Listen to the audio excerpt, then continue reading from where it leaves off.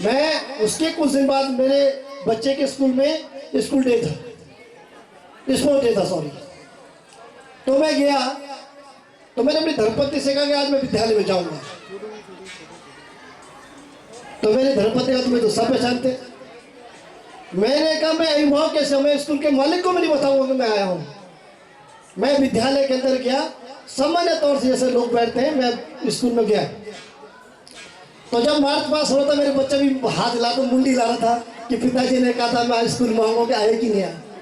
मैं गया विद्यालय में, जब बच्चे का मार्च पास हुआ, मैं आधे घंटे तक रहा। मेरी धर्मपत्नी से कहा मैं तुम बैठो, मैं अपने कार्यालय जा रहा हूँ।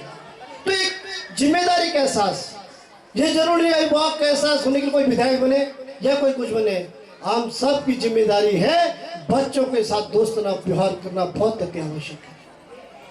क्योंकि जिस तरीके से आप देख लीजिए, बहुत सारी चीजें हमारे सामने आती है। मेरे पास तो ऐसे केसेस आते हैं जिसमें हमको भी सोचने में मजबूर कर देती चीजें। आप सब लोग यहाँ पर आए हैं और ये चार आंखें जो नीचे हैं, माता पिता की जो चार आंखें हैं, ये चार आंखें केवल इस दिन का एहसास देखने को देखती हैं कि मेरा बेटा और मेरी बेटी किस दिन आगे बढ़ेगी, किस दिन दुनिया के अंदर अपना नाम रोशन करेगी। और ये जीवन में सत्य है कि एक समय तक बच्चा माँ बाप के नाम से जाना जाता है, मगर जब बच्चा उपलब्धियों के शिखर पर पहुंचता है तो माँ बाप बच्चे के नाम से जाने जाते हैं। ये भावना हर माँ बाप की होनी चाहिए। मैं बताता हूँ आपको, आपने देखा होगा कि जैसे जोशी जी ने कहा कि मैं विद्यालय के लिए कोई कमी नहीं करता।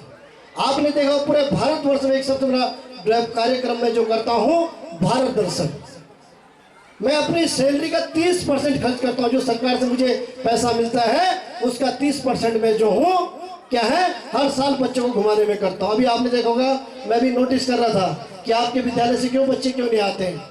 मैंने, क्योंकि मेरे पास सारा रिकॉर्ड रहता है, मैंने भी आपके पास कोई लेटर आता है क्या? आपका एप्लीकेशन कहाँ से है, कहाँ से आपका एप्लीकेशन, कहाँ से विद्यालय का आपका है? हाँ, पौड़ी से, इसीलिए आप रिकॉर्ड में नहीं होंगे।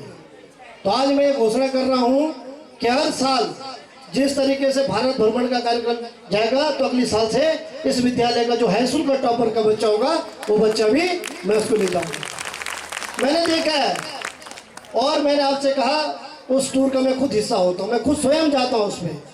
और मैंने वो दृश्य भी देखा है कि जब हरिद्वार में बच्चों को मैंने छोड़ा ऋषिकेश में, मैंने कहा मैंने उनसे कहा कि डोला खाल के बच्चों को इस बस में बिठाओ और कीर्तनगर ब्लॉक के बच्चों को इस बस में। वो दृश्य अगर मैं कैमरे में मैंने कैद कर रखा है, आप देखेंगे बच्चे किस तरीके से रो रहे थे। और जब मैंने उनसे कहा कि मैं देहरादून जा रहा हूँ, आप अपने क्षेत्र में घर जाइए, तो बड़े भावुक हुए।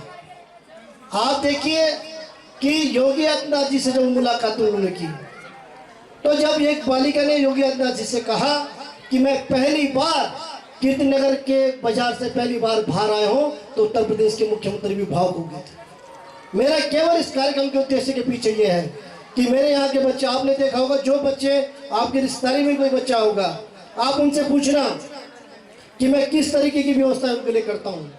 आप देख लीजिए कि IIT कानपुर के अंदर जिस तरीके से बच्चों को मैं लेके गया हूँ, आपको अयोध्या मंदिर में दिखाने ले गया हूँ। आप जो मेट्रो का जो ऑपरेटिंग सिस्टम है, मेट्रो किस तरीके से जो है ऑपरेट होती है, मेट्रो किस मेट्रो का जो इंजन होता है उसको कैसे ऑपरेट करते हैं, ड्राइव जो उसकी पायलट उसको कैसे उसको हैंडल करता है, उसकी जहाँ डिपो वहाँ भी मैं उनको लेके गया। तो मेरा उद्देश्य 7, 8, 10 दिन बच्चों को घुमाने के पीछे उद्देश्य होता है।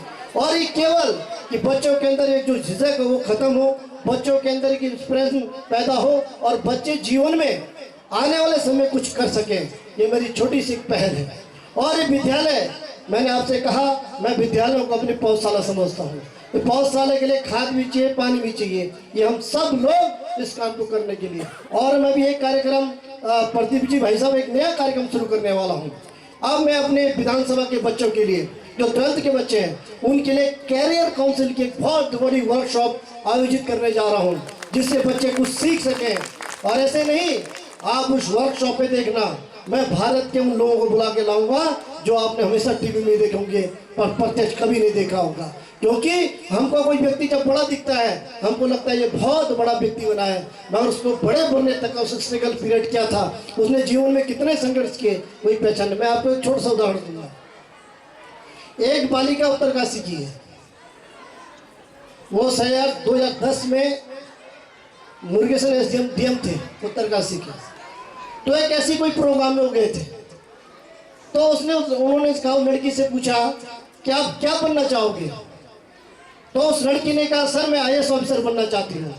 और मुझे बात कहते हुए खुशी हो रही है, वो लड़की 2021 के IAS की बैच में निकली है, ट्रेनिंग कर रही है। और उसने बोला, मुर्गेसन साहब बोला कि मैंने इस लड़की से पूछा था, तो मैंने आपसे कहा ये प्रतियोगिता का दौर है, इस प्रतियोगिता के दौर में किताबी ज्ञान भी चाहिए और आउटर ज्ञान भी होना बहुत जरूरी है। और जितने माँ बाप यहाँ पर आए, मैंने आप सभी बार बार इस बात को कह रहा हूँ, कोई जनप्रतिनिधि किसी बात को कोट कर रहा है, अपने बच्चों के साथ दोस्ताना व्यवहार जरूर करो। और बच्चों को गोल सेट तैयार होना बहुत जरूरी है।